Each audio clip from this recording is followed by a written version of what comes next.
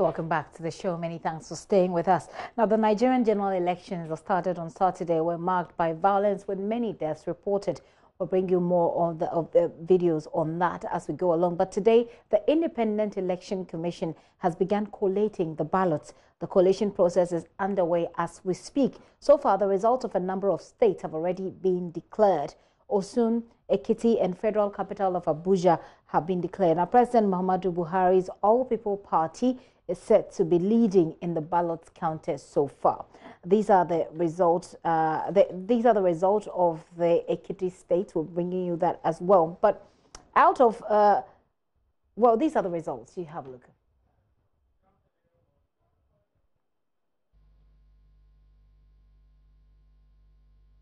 The person accompanying him and present the results for Ekiti state. The scope. Thank you, sir. The National Chairman of the Independent National Electoral Commission, all the national commissioners, distinguished ladies and gentlemen, my name is Idowu Olayinka, the Vice Chancellor, University of Ibadan, and the Coalition Officer for Ekiti State for the presidential election that held on Saturday, 23rd of July, 2019. I am Dr. Maleke Muslim, the Administrative Secretary, INEC Ekiti State. I will now take us through the result of the presidential election in Ekiti State. The election held in all the 16 local government areas of Ekiti State. The total number of registered voters in Ekiti State stands at 899,919 899,919. That is the total number of registered voters. Then for this election, the number of accredited voters is 395,741, 395,741. That's the total number of accredited voters for the election in Ekiti State. So I now take us through the votes recorded by each of the 73 political parties. A, 21 votes. A, 21 votes. AA, 20 votes. AAC, 400. Sorry, Scope. You'll be repeating the figures twice. Twice, for each party. Okay, sir. I start all over. A, 21.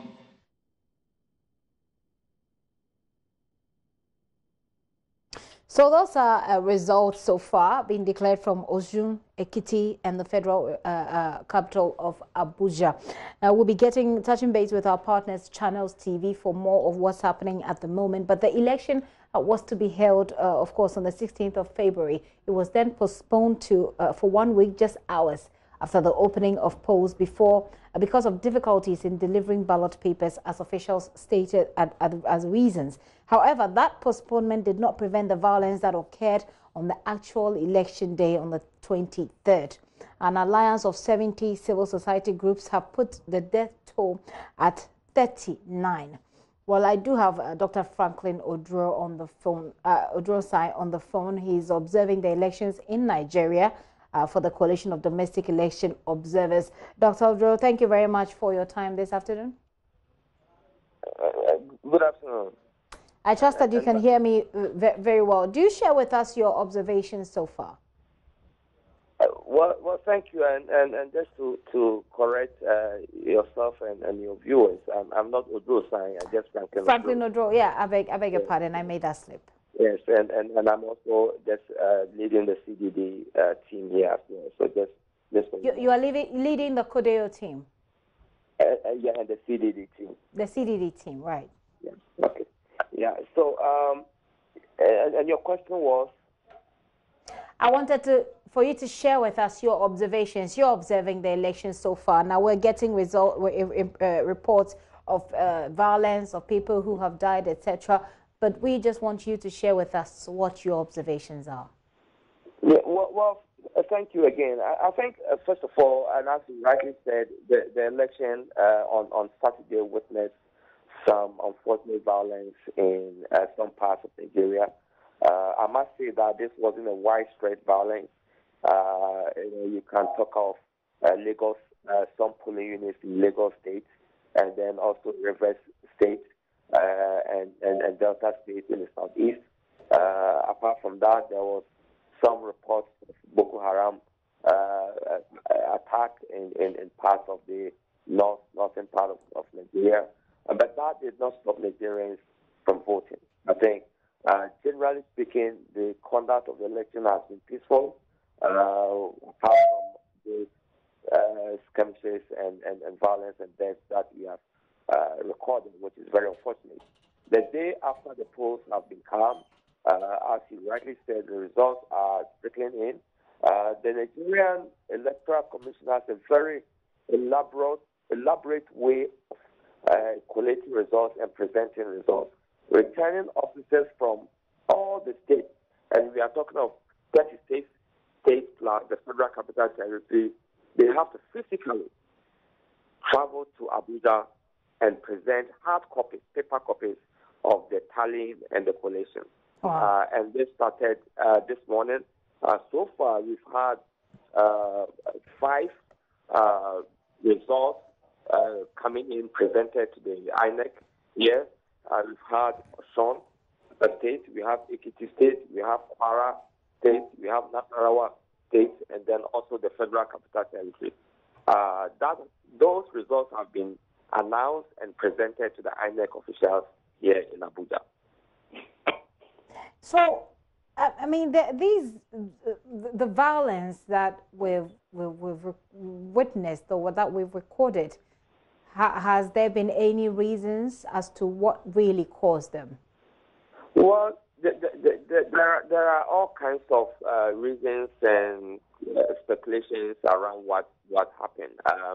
There's one school of thought that suggests that those kind of violence took place in certain specific areas to suppress voters in strongholds of one of the parties, and therefore suspected supporters or hooligans or if you want to call it vigilante groups from other parties went to those specific places to disrupt voting, to disrupt ballot papers that have been cast, to threaten people, election officials, so that they don't come out to vote, because the INEC, the Independent National Electoral Commission guidelines are specific when things like this happen. Results of voting in those particular places sometimes get cancelled, and therefore there may not be a rerun. As we speak, there are some polling units that were cancelled because of this violence, that rerun have not taken place. So we don't know whether they're going to have a rerun in those polling units, because card readers, the machine that read the voter card and also do the thumbprinting, check the plans, where some of them were destroyed. So there are all kinds of reasons that are being put around in terms of what caused the violence. But as you know, this is not the first time in elections in Nigeria, and indeed in Africa and even in Ghana, we ourselves have recently saw some election-related violence in the Ayawaso West by-election that took place in January. I mean, if you want to do the comparison between Ghana and Nigeria, what happened here, we're told even by the electoral commissioner that it was not even close to the polling station, even though it did disrupt voting for a while. What we're seeing videos of people actually taking ballot boxes and splitting them open and just emptying the ballot papers in those ballot boxes. I mean, that's quite bizarre. Yes, I agree with you. It's quite bizarre, quite brazen, and quite in the open day, and people are around and people are voting, and yet people still are bold enough to go and take those actions, take ballot papers, prevent people from voting, stood out. In fact, in some parts of, in River State, the kind of shooting that occurred, I don't know if you saw that video, it's like a movie, right? It's like an action movie that, a Nigerian friend of mine was just telling me that he didn't, he normally watches American action movies, but for seeing this, he was satisfied for that particular night because he has just seen his action movie happen right there in his face, in his country. And it's very worrying. And I think it's not just about Nigeria, but we need to look at all of these things in the context of Africa, in the context of elections in Africa. Why should we, behave this way in an exercise which is simply allow citizens to express their views in terms of who they want to govern them. And while all of this is going on, we also know that the election, the coalition is still going on, but this should certainly have some sort of effect on the outcome of the election. I mean, as far as acceptability of it is concerned. No, of course. I mean, we hope and pray that it doesn't create or generate any violence, because results, as I said earlier on, only 5 states, 4 states plus the FCT have been announced. We don't know the direction that is going to go in terms of who is going to win between the APC led by incumbent Buhari and then the main opposition led by Atiku. So we don't know what is going to happen. But if we want to go back to history, in 2011, we saw some violent action immediately after the results were declared for the PDP, and then the then CPC, which was led by the current president Buhari, supporters went to the streets in Kaduna and other parts where a lot of deaths occurred. We hope and pray. The observers here, both international and the local domestic groups and friends of Nigerians, are all pleading with Nigerians and for candidates to accept the results as declared by the INEC, if only those results are legitimate and free and fair. Okay. All right. Well, finally, before I let you go, Doc, when do you envisage this will all come to an end? Between today and tomorrow? Yeah, we in fact, the results were supposed that the Coalition Center, as I said, they have this elaborate and very tedious process. We're talking about the ballot paper that has 23 candidates and for president, and the collation process is very tedious, and they also have to physically travel with the hard paper documents to Abuja. It's about 5 p.m. here in Nigeria, and we've only done 5 out of the 37. So we are looking at this process going on throughout this evening and the night and maybe tomorrow. I suspect that by the end of tomorrow, Tuesday, we should have some ideas as to what and when the final results will be declared with respect to the presidential elections.